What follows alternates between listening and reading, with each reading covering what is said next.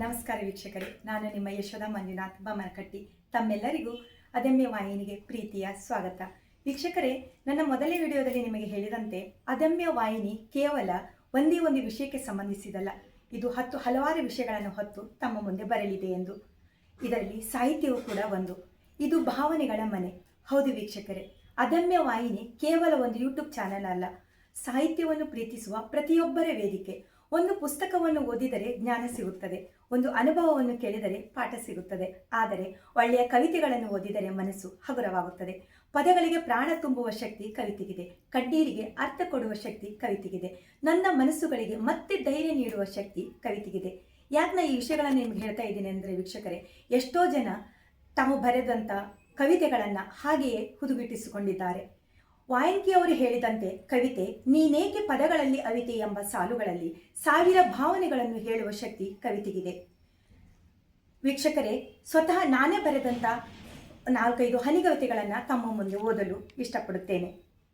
ಮೊದಲನೆಯ ಹನಿಗವಿತೆ. ಎಲ್ಲರ ಕಣ್ಣು ನಿಮ್ಮ ಮೇಲೆ ಐತಿ, ಆದರೆ ಅವರಿಗೇನು ಗೊತ್ತು. ಎಲ್ಲರ ಕಣ್ಣು ನಿಮ್ಮ ಮೇಲೆ ಐತಿ, ಆದರೆ ಅವರಿಗೇನು ಗೊತ್ತು. ನಾನು ಕಾವಲಾಗಿ ಅವರನ್ನೇ ನೋಡ್ತಾ ನಿಂತಿದ್ದೀನಿ ಅಂತ. ಎರಡನೇ ಹನಿಗವಿತೆ. ನನ್ನ ಎದೆಯೊಳಗೆ ನಿನ್ನ ಬೆಚ್ಚಗೆ ಮರೆಸಿಟ್ಟೀನಿ, ನನ್ನ ಎದೆಯೊಳಗೆ ನಿನ್ನ ಬೆಚ್ಚಗೆ ಮರೆಸಿಟ್ಟೀನಿ, ಯಾರು ನೋಡಬಾರ್ದು ಅಂತಲ್ಲ, ಕದಿಬಾರ್ದು ಅಂತ. ಮೂರನೇ ಹನಿಗವತೆ. ಅತ್ತೆ ಸೊಸೆ ಎಂದರೆ ಮೂಗು ಮುರಿಯುವ ಈ ಕಾಲದಲ್ಲಿ, ಅತ್ತೆ ಸೊಸೆ ಎಂದರೆ ಮೂಗು ಮುರಿಯುವ ಈ ಕಾಲದಲ್ಲಿ, ನನ್ನತ್ತೆ ಮಾತ್ರ ಕೊನೆಗಾಲದ ಮೌನದಲ್ಲಿ ಮಗುವಿನಂತೆ ಕಂಡರು. ನಾಲ್ಕನೇ ಹನಿಗವತೆ. ತಂದೆ ತಾಯಿಯ ಪ್ರೀತಿಯನ್ನು ಮೀರಿಸುವಂತಿತ್ತು ನನ್ನತ್ತೆಯ ಪ್ರೀತಿ, ತಂದೆ ತಾಯಿಯ ಪ್ರೀತಿಯನ್ನು ಮೀರಿಸುವಂತಿತ್ತು ನನ್ನತ್ತೆಯ ಪ್ರೀತಿ. ಅಂದು ಅವರಿಗೆ ಮಗುವಾಗಿದ್ದ ನಾನು, ಕಾಲ ಕಳೆದಂತೆ ಅವರೇ ನನಗೆ ಮಗುವಾದರು. ಆರನೇ ಹನಿಗವಿತೆ. ಇರುವೆ ಕಟ್ಟಿದ ಮಣ್ಣಿನ ಹುತ್ತದಲ್ಲಿ ನಾಗರ ಹಾವು ನುಗ್ಗಿದಂತೆ, ಇರುವೆ ಕಟ್ಟಿದ ಮಣ್ಣಿನ ಹುತ್ತದಲ್ಲಿ ನಾಗರ ಹಾವು ನುಗ್ಗಿದಂತೆ, ಪ್ರೀತಿ ಎಂಬ ಮನಸ್ಸುಗಳ ಸುತ್ತ ಮಾಯೆಯ ನೆರಳು ಬಾರದಿರಲಿ. ಏಳನೇ ಹನಿಗವಿತೆ.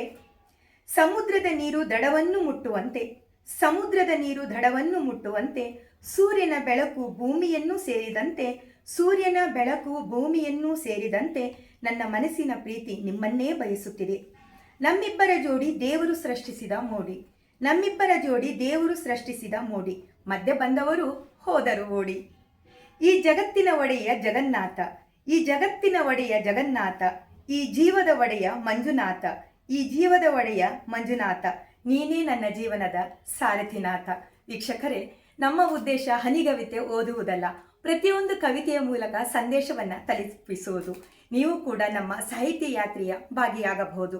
ನಿಮ್ಮ ಪ್ರೋತ್ಸಾಹವೇ ನಮ್ಮ ಬರವಣಿಗೆಗೆ ದೊಡ್ಡ ಶಕ್ತಿ. ಮತ್ತೆ ಮುಂದಿನ ವಿಡಿಯೋದಲ್ಲಿ ಭೇಟಿಯಾಗೋಣ. ಅಲ್ಲಿಯವರೆಗೂ ನಮಸ್ಕಾರಗಳು.